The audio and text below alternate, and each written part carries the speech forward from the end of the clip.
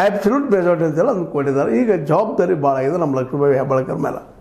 ಅವರಿದ್ದಂಥವ್ರು ಈಗ 2 ಫ್ಯಾಕ್ಟ್ರಿ ನಡೆಸಿದ್ದೇನು ಸುಳ್ಳಲ್ಲ, ಪ್ರೈವೇಟಾಗಿ ತಮ್ಮದು. ಈ ಫ್ಯಾಕ್ಟ್ರಿನ ನಾವು ಪ್ರೈವೇಟ್ ಕೊಡೋದಿಲ್ಲ, ನಾವು ಸ್ವಂತ ನಡೆಸ್ತೀವಿ ಅನ್ನುವಂಥ ಮಾತು ಮಾತಾಡಿದ್ದಾರೆ. ಇದರ ಅರ್ಥ ಏನಪ್ಪ ಅಂದ್ರೆ ನಾವು ಇನ್ನೊಂದು ಹೀರಾ ಶುಗರ್ ಮಾಡೋದಿಲ್ಲ, ಮತ್ತೊಂದು ಮಾಡೋದಿಲ್ಲ ಅನ್ನುವಂಥ ಮಾತಲ್ಲಿದೆ.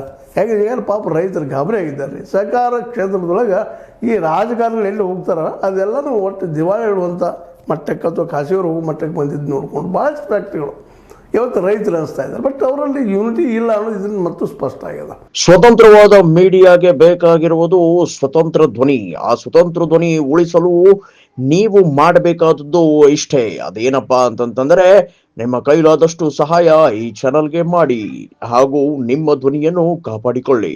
ಇದನ್ನು ರೈತರಿಗೆ ಅಥವಾ ಅಲ್ಲಿ ಷೇರುದಾರರಿಗೆ ಕನ್ವಿನ್ಸ್ ಮಾಡುವಲ್ಲೇ ಅಲ್ಲಿ ಹಿಂದೆ ನಡೆದಂಥ ಭ್ರಷ್ಟಾಚಾರದ ಬಗ್ಗೆ ಇನ್ನೊಂದ್ರ ಬಗ್ಗೆ ಜನಕ್ಕೆ ಮನವರಿಕೆ ಮಾಡಿಕೊಡುವಲ್ಲಿ ಅವ್ರು ಸೋತ್ತಾರೆ.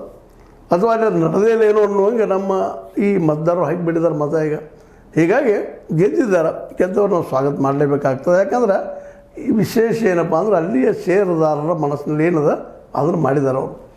ಇನ್ನು ಅದನ್ನು ನಡೆಸ್ಕೊಂಡು ಹೋಗೋದು ಮಾಡೋದು, ಯಶಸ್ವಿ ಮಾಡೋದು, ಖಾಸಗೀಕರಣ ಮಾಡದ ಒಂದು ಸ್ವಂತ ಹೌದಪ್ಪ ಸಹಕಾರ ಕ್ಷೇತ್ರದಲ್ಲಿ ನಾವು ಒಳ್ಳೆಯದನ್ನು ಸಾಧನೆ ಮಾಡಲಿಕ್ಕೆ ಸಾಧ್ಯ ಅಂತೇಳಿ ಈಗಾಗಲೇ ಒಂದು ಹಿಂದೆ ಎಕ್ಸಾಂಪಲ್ ಕೊಟ್ಟಿದ್ವಿ ನಾವು ಅದನ್ನು. ಈ ನಮ್ಮ ಬಸಪ್ರಭು ಕಾರ್ಖಾನೆ ಬದಲಾಗಿ ಶುಗರ್ ಫ್ಯಾಕ್ಟ್ರಿ ಬದಲಾಗಿ ಅಲ್ಲೇ ನಮ್ಮ ಪ್ರಭಾಕರ್ ಕೋರಿ ಅವ್ರ ಶುಗರ್ ಫ್ಯಾಕ್ಟ್ರಿ, ಅಲ್ಲೇ ನಮ್ಮ ಇವರು ಕವಟಿಗೆ ಮಠ ಅವರು ಎಲ್ಲ ಕುಡ್ಕೊಂಡು ಮಾಡಿದಂಥ ಒಂದು ಸಂಸ್ಥೆ ಲಾಭದಲ್ಲದು ಇಲ್ಲಂತಲ್ಲ, ಎಲ್ಲನೂ ದಿವಾಳಿ ಹೇಳ್ತಾವಂತಲ್ಲ. ಆದರೆ ಹೇಳ್ದಂಗೆ ನೋಡ್ಕೊಂಡು ಹೋಗ್ಬೇಕಂತ ಸ್ವಾರ್ಥದ ಆಗದ ಜನ ಅಲ್ಲಿ ಲೀಡರ್ಗಳು ಬರಬೇಕಾಗ್ತದೆ. ಅದಿಲ್ಲ ಅಂದ್ಕೊಂಡು